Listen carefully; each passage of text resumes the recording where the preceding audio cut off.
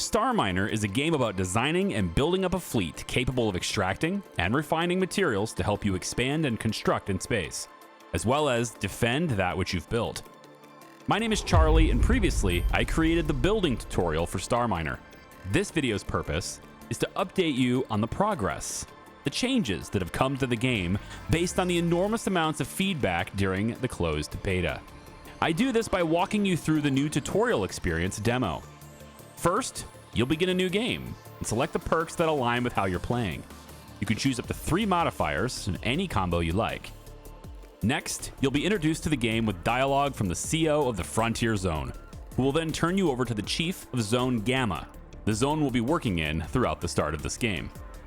If you need a basic introduction to the systems of your ship, you can inform them of that as well here, or if you're already familiar with how to move around, you can skip it.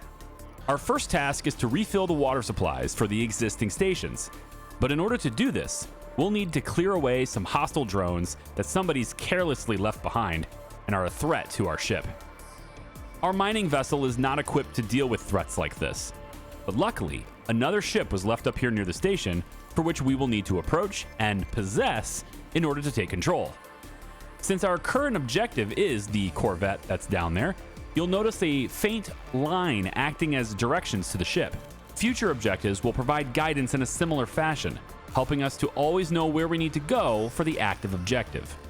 Along the way, our UI presents us with information beacons, presented by question mark icons pulsing in our line of sight and generally in our line in which we need to maneuver. Maneuvering near these areas will present us with other helpful tips to playing the game. Once the yellow icon appears over the ship, we can right-click and interact with it. This is the TK-1 Princess, which is an old, fairly common in its day attack corvette from a recent war. Despite its aged design, it still packs enough of a punch to dispose of the drones. Once we've possessed it though, we can see that the systems aren't fully operational just yet, nor does it have adequate equipment to proceed. To fix this, we'll need to construct some modules on it using our assembler ship, which we already possess. First, let's position the plans for that assembler ship to work with using build mode. We get this by clicking B on the keyboard or by clicking the yellow icon down in the lower left menu bar.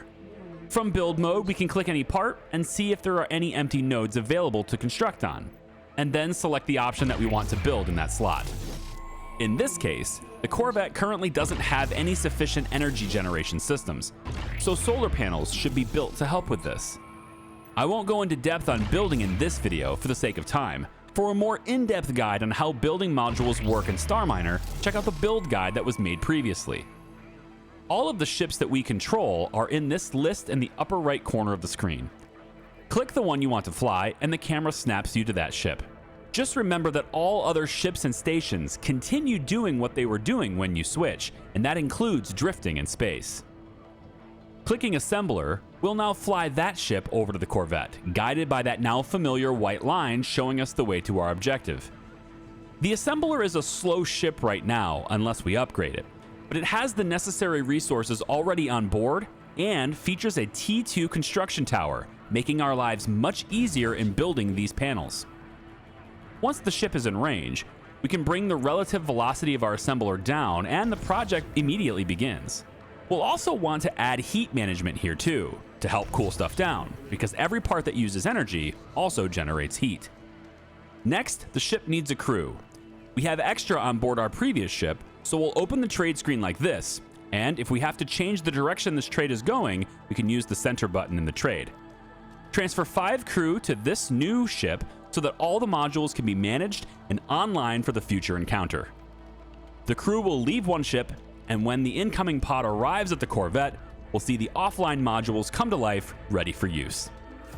With all those tasks complete, it's time to destroy the problem drones. The familiar white line once again points the way to our objective, so we'll fly over there and make quick work of this nuisance. The mounted Gatling gun has the best range and begins firing first, but notice that it doesn't have enough energy to just keep shooting at a maximum rate constantly.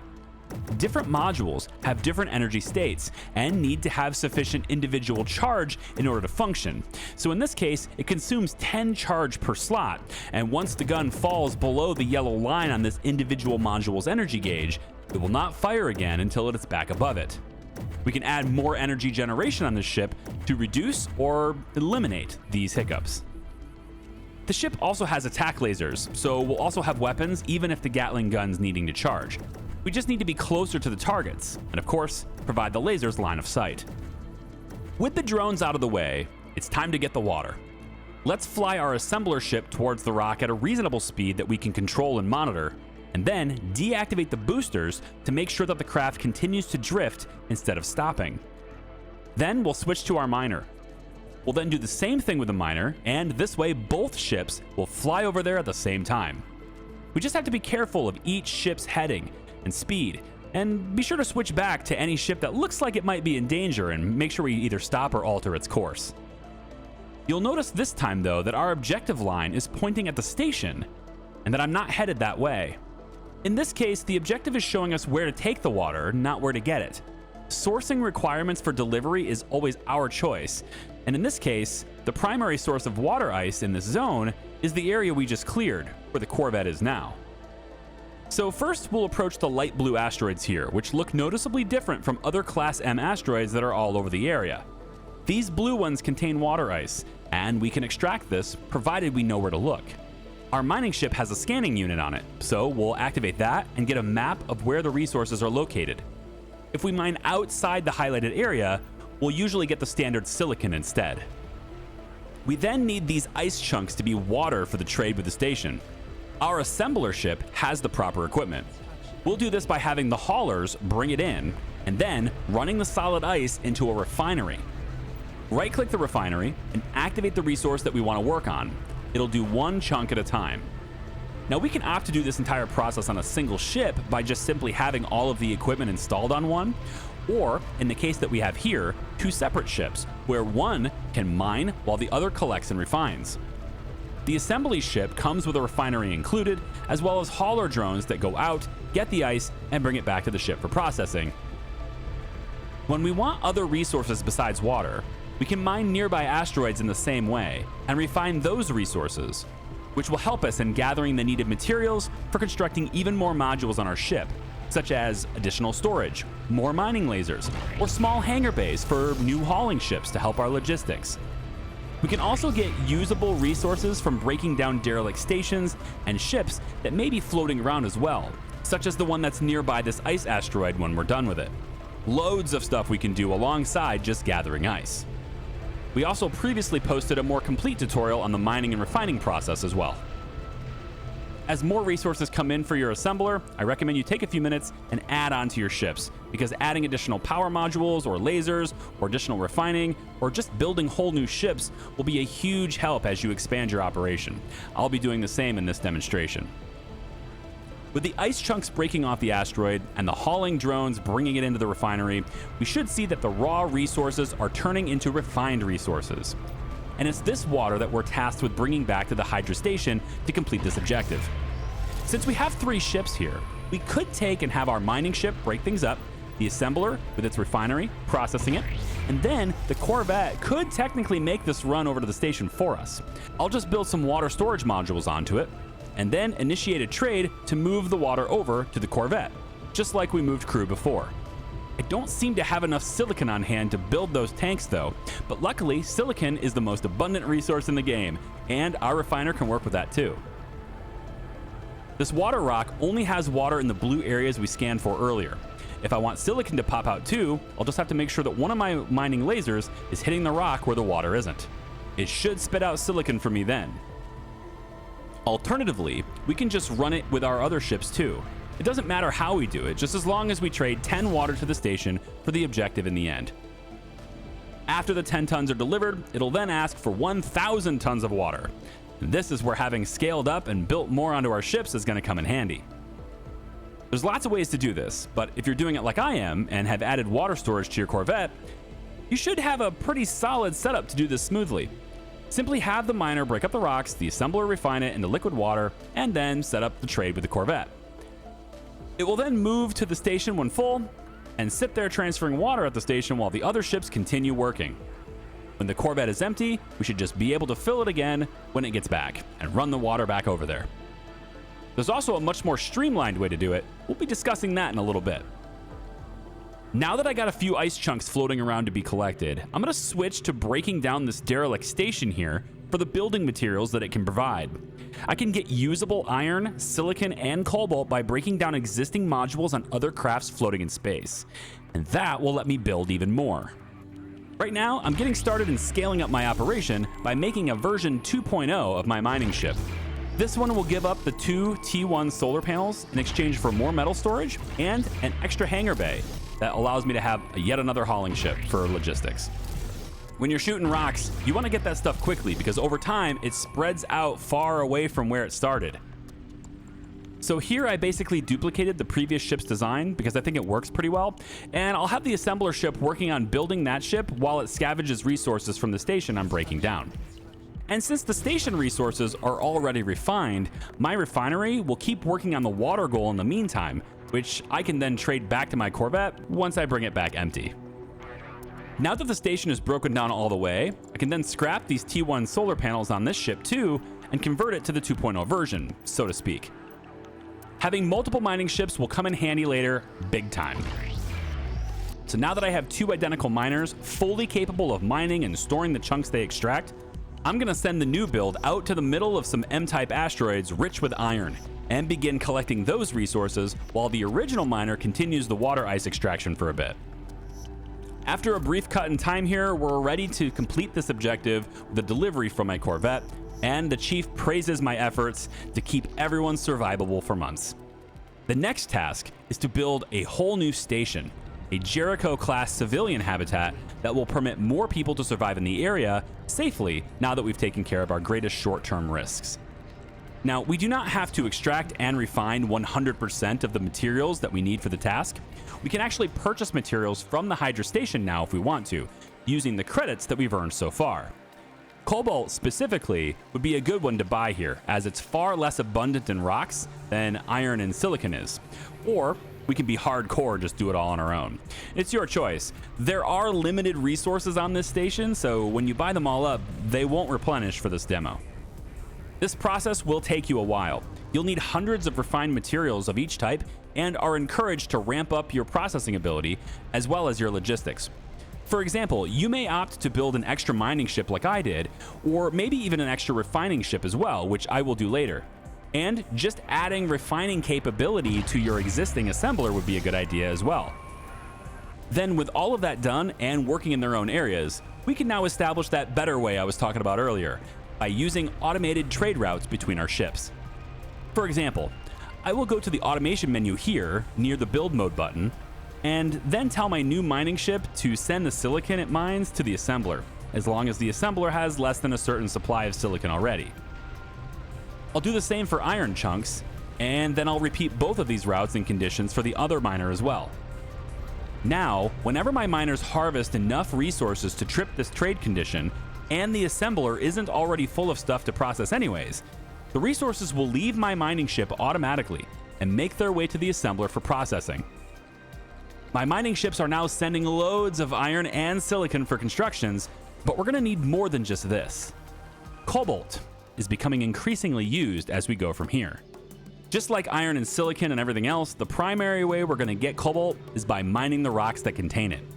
Cobalt is sometimes hard to find though. Your starter mining ship is equipped with a scanning module, but that doesn't necessarily help you find specific asteroids that have yield. More like just showing you where the yield is in the asteroid you already know about. One easy way to find cobalt is to use the overview list on the right side, which has a list of all the entities that we've come close enough to so far. If our ship is close enough to a cobalt asteroid to be featured in this list, we can identify it there. Tier 1 asteroids have iron. Tier 2 contain cobalt. However, even once we find cobalt, there's an additional complexity that comes with it. Cobalt cannot be refined in our existing Tier 1 refineries. In order to process this raw ore into usable material, we're going to need the Tier 2 refinery. If the interface isn't letting you build it, claiming that you're too low of rank, you've likely overlooked that you've been gaining XP from all the things that you've been doing and have forgotten to level up with all the activity that you've done. Clicking the icon on your portrait takes you to the level up screen, where you can increase your rank and gain new perks of your choice for each one. Get yourself ranked up and you'll find new module options that you can construct. one of which is that larger T2 refinery. That will get you sorted for cobalt. In my case, I'm going to create a completely different station in space like this, and I'm going to set up a Tier 2 refinery station that I can send cobalt to. I can send every other resource there too, but my assembler is already focusing on the other two resources. So this station initially is going to fit between my assembler and the distant cobalt supply so that it can process it for me and then send it to my assembler already refined. We're going to use the automatic trade routes to make that easy. When you get a lot of ships out in the expanse, compartmentalizing what each one is doing like this and positioning them accordingly could help your logistics significantly. Once Pioneer Hold has been given the materials and the construction of all modules completed, your superiors will give you a nice metaphorical pat on the back. Oh boy. And then more work to do. It's time for Water Wheel, which is essentially a giant solar energy station that nearby vessels can use to recharge when they need to, or so the story goes. For this station, you're going to need a lot more resources than you did previously, especially cobalt, for all of the solar power that the station requires. If you have set yourself up with the tools and strategies discussed so far in this video, you'll have little issue with this construction. It just takes a lot of time to build those panels and all of those higher tier modules. If you find the time passing slowly, consider taking your corvette out to explore a bit. You might even find the leaky ducts. This short side quest introduces you to docking, and it will get you a whole new ship with a lot of storage capacity, great as a hauler, as the name implies, so there's really no reason not to do it. One other resource that you're going to need in order to complete the solar station is thorium. You're only going to need a little bit of it, and you can just buy that from the Hydra Depot because it's in stock. So you've been mining for a while, you've been moving ships around, lots of logistics happening, but you're finding it really difficult to keep up with the amount of cobalt that you need for this station. You've run out. All of the asteroids you know about are all mined out. So what are you going to do? Well, perhaps it's time for another adventure! You might have noticed when we were out there with the leaky ducts that there are some enemy drones off in the distance. There was also a pirate station in that direction as well, and this station does fight back, at least a lot more effectively than the drones did. Your plasma cannon should focus on two primary targets: the hangar where the enemy pilots can come out of, because with this destroyed, the station won't be able to deploy any fighters in your direction, and the plasma cannon that the station has mounted in front of it. If you can take these two things out, the station effectively won't be able to bother you at range anymore, and your ship can just take its time destroying the station. If you want a bit more action, go on in closer and try targeting the station's two assault lasers that are mounted there as well, which will do some damage to you if you approach closer. Regardless though, as long as you're not careless, the station should be a fairly straightforward thing to take down, and you are free to search the area for more resources once it's gone. Nearby this station, a large supply of cobalt can be found, more than enough to complete your objectives. Extraction of the resources you require will be smooth sailing from there. With the solar station completed, your experience in our tutorial is as well. The basics are all covered in this series of tasks, from mining and refining to construction of various parts and station designs. It provides an incentive and a preview of the labors of scaling an operation, and it also gives you a little taste of combat as well. I hope you've enjoyed this little demonstration and that it gets you even more excited about StarMiner. Thanks for watching.